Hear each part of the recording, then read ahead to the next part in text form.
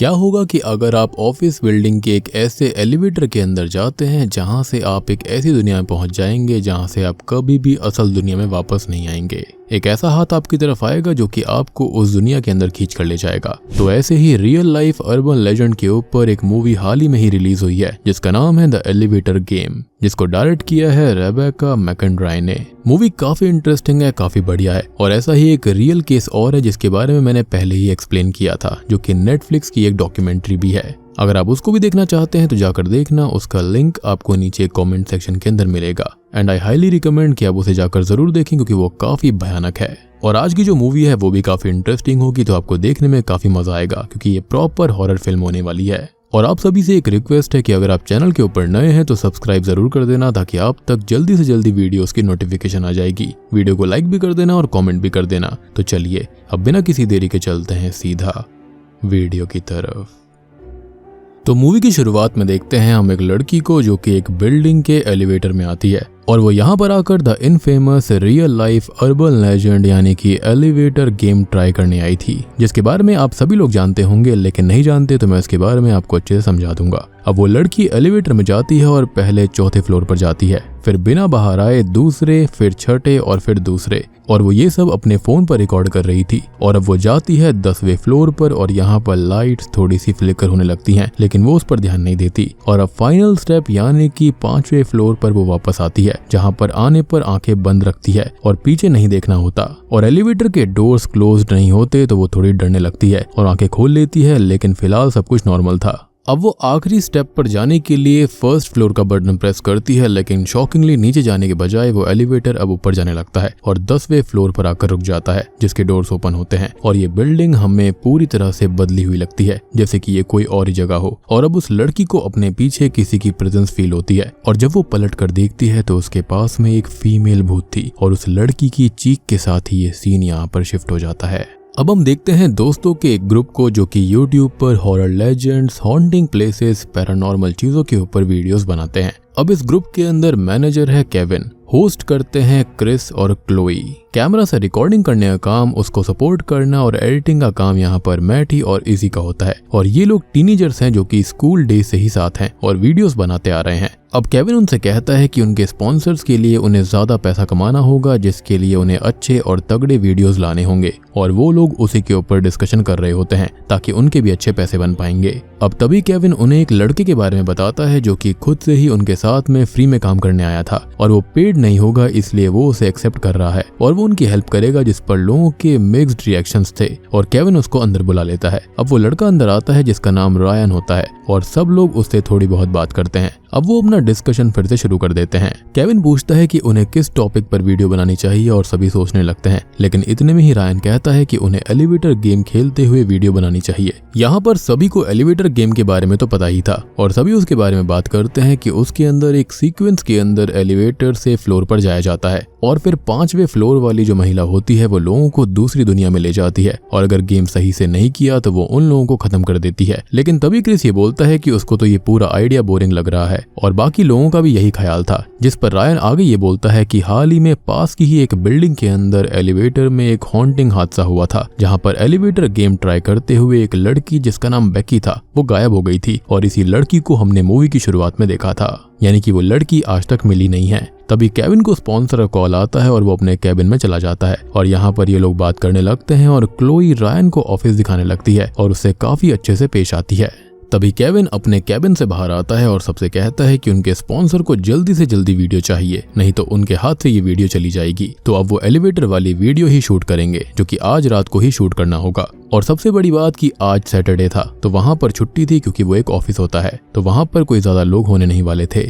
उनका ये मानना था कि जल्दी से इसे शूट किया जाएगा और एडिट करके स्पॉन्सर को वीडियो दे दी जाएगी। लेकिन एलिवेटर वाली वीडियो का आइडिया क्रिस को पसंद नहीं आता, जिस पर केविन कहता है कि उन्हें यही वीडियो करनी होगी और सभी लोग रेडी हो जाते हैं। ऑब्वियस ही बात है कि मैनेजर है तो यहाँ पर बात तो माननी पड़ेगी। अब वो लोग अपना सामान लेकर उसी बिल्डिंग में पहुंच जाते हैं। कैमरा भी सेटअप हो जाता है और होस्ट भी अपनी तैयारी में जुट जाते हैं। इजी यहाँ पर अपना सेटअप तैयार करने लगती है जिसके अंदर उसकी हेल्प रायन करता है। तभी वो क्लोई के पास में जाता है जो कि अपने नोट्स देख रही थी और उसने 5वें फ्लोर वाली औरत के बारे में रिसर्च कर रखी थी जो कि इस एलिवेटर गेम की एक अर्बन लेजेंड है।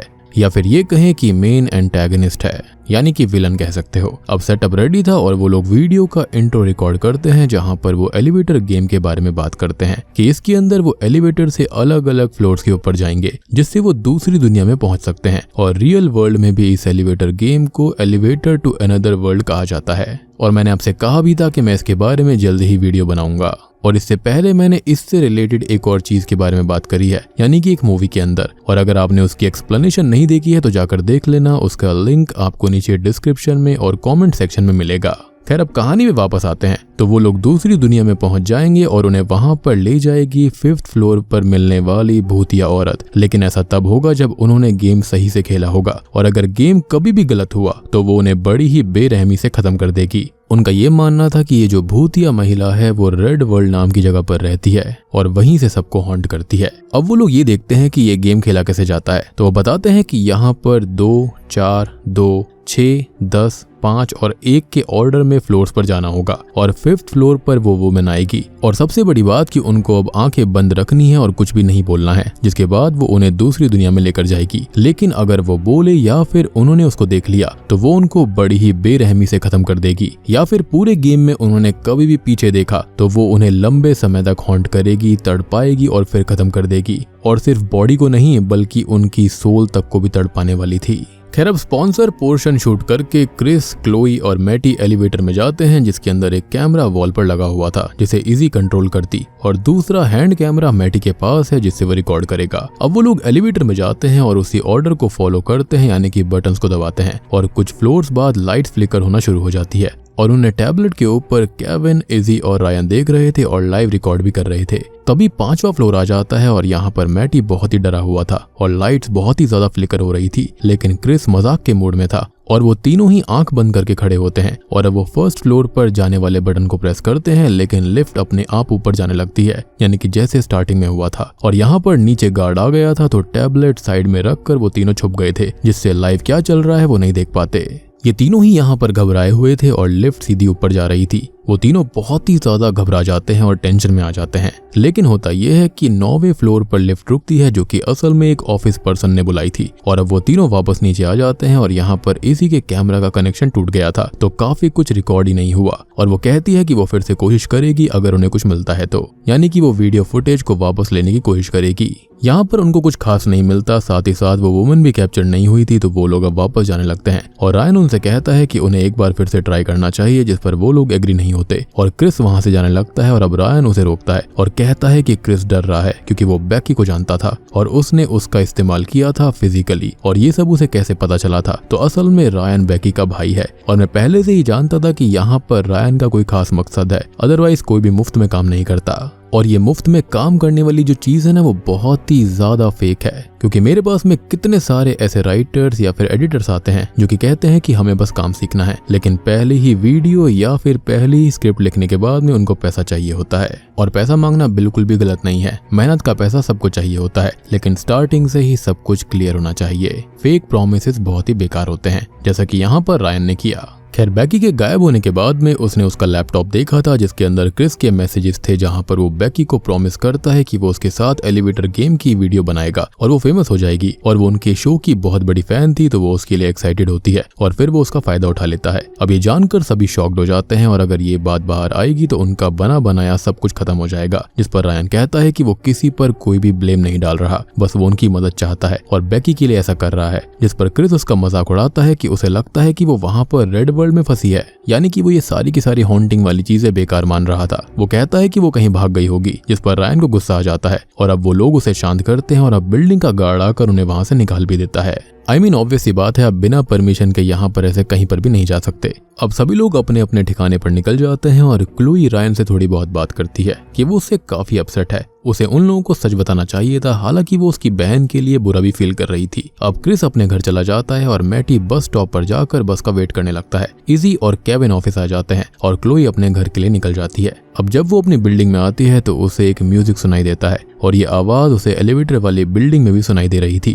खैर वो अपने घर जाती है और हम क्रिस को देखते हैं जो कि अपनी बिल्डिंग में था, जो कि उसे कॉल करता है बात करने के लिए, लेकिन दोनों के ही नेटवर्क चले जाते हैं और अब यहाँ पर लाइट्स भी चली जाती हैं और एक लाल रोशनी फैल जाती है, जिसके साथ ही 5वीं फ्लोर वाली औरत वहाँ पर आकर क्रिस को हॉन्ट करती है और तभी वो उसे हवा में उठाकर तोड़ मरोड़ कर जान से मार देती है और उसकी बॉडी को कहीं खींच लेती है, जो कि मेरे हिसाब से रेड वर्ल्ड ही होगा। तभी हमें रायन को दिखाया जाता है जो कि बहुत ही परेशान था और अब वो फैसला करता है कि वो खुद ही अकेले जाकर एलिवेटर गेम खेलेगा और अब वो एलिवेटर में वो गेम खेलने की कोशिश करता है और 5वें फ्लोर पर आकर अपनी आंखें बंद कर लेता है, जिसके बाद वो फर्स्ट फ्लोर को प्रेस करता है और अब लिफ्ट ऊपर जाने लगती है और एलिवेटर डोर्स ओपन होने पर वो देखता है कि वो दूसरी दुनिया में पहुंच गया है, जो कि हमारी ही दुनिया जैसी दिखती है, बस लाल रोशनी से ढकी हुई है, इसलिए इसको रेड वर्ल्ड कहा जाता है। और यहाँ पर वो घूमने लगता है जहाँ पर उसे कोई इंसान नहीं दिखाई देता और वो बैकी को ढूंढने लगता है। अब बिल्डिंग से बाहर निकलकर वो जाता है तो बाहर भी पूरी जगह वो लाल रोशनी फैली हुई थी और आसमान पर एक बड़ा सा एक्स बना हुआ था। तभी वो बैकी को ढूंढते हुए आगे जाता है और अब उसको 5th फ्लोर वाली वुमेन दिखाई देती है, जो कि उसे हॉन्ट करते हुए उसके पास आने लगती है और वो उससे बचकर भागता है और उस बिल्डिंग में आकर छुप जाता है। तभी हम ऑफिस के अंदर यानी कि रियल वर्ल्ड में केविन और इजी को देखते हैं, जहाँ पर इजी कहती है कि वो एक कैमरा उसी एलिवेटर में भूल गई है, जिसको वो लेने दोनों वापस चले जाते हैं बिल्डिंग के अंदर। अब वो कैमरा तो ले लेते हैं और मस्ती मस्ती में इजी एलिवेटर गेम खेलने लगती है और केविन भी इसको सीरियसली नहीं लेता। अब गेम के बीच में वो लोग थोड़ी बहुत बात भी करते हैं, जहाँ पर केविन बताता है कि वो इस काम के लिए बहुत ही सीरियस है, इतना कि उसने अपनी पढ़ाई के पैसे भी वीडियो प्रोडक्शन में लगा दिए थे और अब उसके डैड ने उसे घर से भी निकाल दिया है तो वो ऑफिस में ही रहता है, जिस पर इजी उससे कहती है कि वो सब कुछ ठीक होने तक उसके घर रह सकता है। अब तभी गेम के 5वें फ्लोर वाला स्टेप आता है और वो दोनों सीरियस तो थे ही नहीं, तो आंखें बंद नहीं करते और यहाँ वहाँ देखते रहते हैं। जिसके बाद अब 5वें फ्लोर वाली वो जो भूत होती है वो आकर उनको हॉन्ट करती है और बड़ी ही बेरहमी से उन दोनों को ही जान से मार देती है और ये सारी चीजें इजी के कैमरा पर रिकॉर्ड हो जाती हैं, जिसे वो लेने यहाँ पर आई थी। यानी कि आयरनी देखो, जिस कैमरा को वो लेने आई उसी की मौत उस पर कैप्चर हो गई। अब वो भूतिया महिला अपने दुनिया में नहीं थी और रायन लिफ्ट का वेट करता रहता है और यहाँ पर हम ये देख पाते हैं कि इस दुनिया में और रियल वर्ल्ड में लिफ्ट ही एक कॉमन चीज है, यानी कि वो एक गेटवे टाइप का है और जब तक लिफ्ट के अंदर गेम चालू रहेगा वो औरत यहाँ पर नहीं आएगी और यहाँ पर शो होगा मीटर में कि वो किस फ्लोर पर है, जैसे रियल वर्ल्ड में होता है। और जब रियल वर्ल्ड में वो खाली होगी तब वो यहाँ पर आ जाएगी। यानी कि ये जो बटन्स है ना वो एक मीटर का काम करते हैं, जैसे ही उसको दबाया जाता है तो यहाँ पर ये हॉन्टिंग वाला गेम शुरू हो जाता है। अब तभी लिफ्ट आती है और रायन उसके अंदर जाता है और वो वुमेन उसके पीछे आती है, बट अब तक लिफ्ट बंद होकर वापस रियल वर्ल्ड में आ जाती है और रायन को अब इस लिफ्ट के अंदर वही कैमरा मिलता है जिसके अंदर वो इजी और केविन के मरने की रिकॉर्डिंग देख लेता है और तभी क्लोई को कॉल करता है। तभी हम क्लोई को देखते हैं जो कि अपने घर पर थी और बैकी के बारे में ऑनलाइन पढ़ रही थी। तभी उसके घर में वही लाल रोशनी फैलते हुए दिखाई जाती है और हम जानते हैं कि ये लाल रोशनी उसी 5वें फ्लोर वाली भूतिया औरत के आने का संकेत है, जो कि अब क्लोई को मारने आई है, जो कि अभी कहीं ध्यान नहीं दे रही थी और वो औरत उस पर अटैक करे उससे पहले ही वहाँ पर रायन का उसे कॉल आ जाता है और वो उसको पिक करती है और अभी के लिए वो औरत वहाँ से गायब हो जाती है। यानी कि ये मौका देखकर हमला करती है। और आप सोच रहे होंगे कि यहाँ पर क्लोई ऐसे कैसे कनेक्टेड है, तो यहाँ पर उसने वो गेम खेला था जिसके अंदर उसने गड़बड़ कर दी थी, जिसके चलते यहाँ पर वो उस दुनिया से जुड़ चुकी थी, या फिर ये कहें कि वो मार्क हो गई थी। अब रायन क्लोई से कहता है कि उन सब की जान खतरे में है और वो उसे अभी के अभी मिले और वो उसे ऑफिस में मिलने का बोलती है।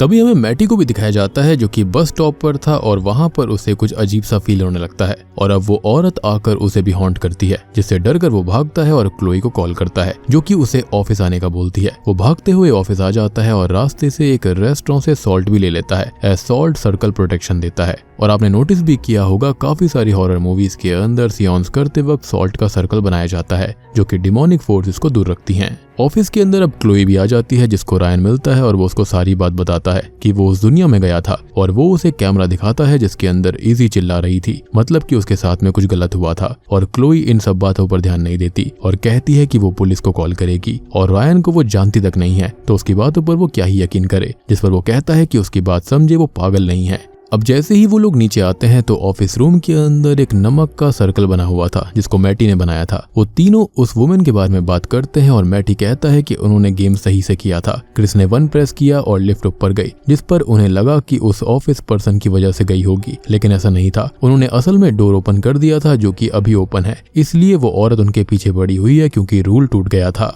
यानी कि इन्होंने अपनी तरफ से चीजें ठीक करी थी, लेकिन अनजाने में ही यहाँ पर रूल्स ब्रेक हो गए। तभी क्लोई बोलती है कि उसने इस कहानी को अच्छे से ट्रेस किया है। तो कई डेकेड्स पहले एक लड़की एलिस मैकॉर्मैक को उसके दोस्तों ने मस्ती में ही ऑफिस बिल्डिंग की एलिवेटर शाफ्ट में बंद कर दिया था। वो उसे बंद करके चली गई, जिन्होंने थोड़े ही टाइम में उसे निकालने वापस आना था, लेकिन वो नशे में धुत होकर इस बात को भूल गई और वो 1 हफ्ते तक वहीं पर फंसी रही। और एक दिन एलिवेटर के नीचे आकर वो उसमें फंस गई और तड़प तड़प कर मारी गई, जिसकी बॉडी तक नहीं मिली। और तब से ही ये कर्स चालू हुआ था और वो एक वेंजेंसफुल स्पिरिट बन चुकी है, जो कि लोगों को अपनी दुनिया में ले जाती है या फिर रूल्स के टूटने के बाद में वो उनको खत्म कर देती है। और शायद वो ऑफिस बिल्डिंग जहाँ पर वो मारी गई थी वो वही जगह थी जहाँ पर ये लोग गए थे। और उस लाल दुनिया के अंदर, आसमान के अंदर वो जो एक्स दिखाई देता है, वो एक्स असल में लिफ्ट के नीचे साइड बना हुआ था। यानी कि आप बात समझे, वो जो हमारी दुनिया है वो ऊपर दिखती है, यानी कि लिफ्ट जो रियल वर्ल्ड में है वो तो ऊपर वाली है, और जो एक्स बना हुआ है वो नीचे वाली दुनिया है, और उसके नीचे यहाँ पर लाल दुनिया आती है। बेसिकली आप इसको हेल बोल सकते हो। तभी मैटी कुछ गुनगुनाता है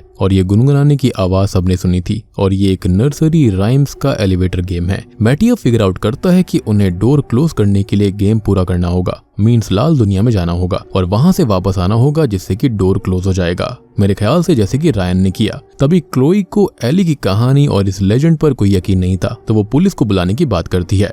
और तभी वहां पर 5वें फ्लोर वाली औरत आ जाती है, जिसे हम सब जानते हैं कि वो एली है, तो अब हम उसको एली ही बुलाएंगे। और वो उनके काफी करीब आने लगती है, जिसको नमक के घेरे से कोई फर्क नहीं पड़ता, और वो मैटी को बड़ी बेरहमी से खत्म कर देती है। तो देखा जाए तो यहाँ पर एली कोई डिमोनिक फोर्स नहीं थी, बल्कि उसको ऐसा बनाया गया। अब क्लोई और रायन वहां से भागते हैं और एलिवेटर गेम खेलते हैं ताकि दरवाजा बंद हो पाए, और वो लाल दुनिया में पहुंच जाते हैं, जहां पर रायन को बेकी की परछाई दिखती है और वो उसके पास जाने लगता है, जिसे क्लोई समझाती है कि उन्हें वापस जाना है, जिससे डोर क्लोज हो पाएगा। और वो बेकी नहीं है, बल्कि बेकी तो पहले ही मर चुकी है और ये एली की ही एक तरकीब है, और वो उसे वापस एलिवेटर में ले जाती है। और अब वो पहले फ्लोर पर जाने के लिए बटन प्रेस करते हैं, और वो बेकी की शैडो असल में एली की ही चाल थी, जिसमें ट्रैप होने से क्लोई ने रायन को बचा लिया था। अब खेल खत्म होने के बाद और दरवाजा बंद होने के बाद उन्हें पहले फ्लोर पर जाना था, लेकिन एली अपने शिकार को ऐसे वापस नहीं भेजेगी। और तभी एलिवेटर 5वें फ्लोर पर आकर रुकता है, और क्लोई भी कहती है कि वो उन्हें नहीं जाने देगी, रोकने की कोशिश करेगी। और वो दोनों आंखें बंद कर लेते हैं, लेकिन ट्रिक करने को वो क्लोई की आंखें खुलवा लेती है और रूल टूटने से वो उसको खत्म कर देती है। और अब रायन भी आंखें खोल लेता है, जो कि पीछे देखता है, तो एली उसको दिखाई देती है, जो कि उसे लाल दुनिया में ले जाती है, और यहाँ पर वो उसे खत्म कर देती, या फिर वर्स्ट के सिनेरियो के अंदर वो उसे हमेशा के लिए तड़पाती रहेगी बेकी के नाम के पेन से। खैर, मूवी के एंडिंग सीन में हम कुछ सालों बाद एक लड़की को देखते हैं, जो कि उसी ऑफिस के एलिवेटर में आती है उस एलिवेटर गेम को खेलने के लिए, और वो ये सब रिकॉर्ड कर रही थी, जो कि क्लोई और उसके दोस्तों की कहानी सुनाती है, जो कि इस गेम में गए थे और फिर कभी वापस नहीं लौट पाए, जिनकी बॉडीज तक नहीं मिली थी। अब वो लड़की गेम खेलना शुरू करती है और बटन प्रेस करते ही एली मैकॉर्मैक की स्पिरिट के हाथ को हम देख पाते हैं, जो कि असल में अपने कर्स्ड एलिवेटर में अपने नए शिकार को लेने आई है। और बूम, इसी के साथ में ये मूवी यहीं पर खत्म हो जाती है। तो दोस्तों, ये थी द एलिवेटर गेम फिल्म की कहानी। उम्मीद करता हूँ कि आपको पसंद आई होगी। अब यहाँ पर इसी की एक नेटफ्लिक्स बेस्ड रियल डॉक्यूमेंट्री है, उसके बारे में भी मैंने एक वीडियो बना रखी है, तो उसका लिंक भी आपको नीचे कमेंट सेक्शन के अंदर मिल जाएगा। जरूर जाकर देखना, काफी इंटरेस्टिंग है, काफी बढ़िया है। लेकिन वहां पर वो जो एलिवेटर गेम है वो रियल से भी ज्यादा खतरनाक है, यानी कि इस मूवी से बहुत ही भयानक है, तो जरूर जाकर देखना। उम्मीद करता हूँ कि आपको वीडियो अच्छी लगी होगी, कॉन्सेप्ट अच्छा लगा होगा। अच्छा लगा है तो वीडियो को लाइक कर देना, चैनल के ऊपर नए हैं तो सब्सक्राइब कर लीजिए, और सब्सक्राइब कर ही देना, नहीं तो एली का हाथ आकर आपके हाथ पर टच होगा और आपको सब्सक्राइब करने पर मजबूर कर देगा। तो इससे अच्छा है कि आप खुद ही सब्सक्राइब कर दो। तो मैं आप सबको मिलता हूँ अगली वीडियो के साथ में, तब तक के लिए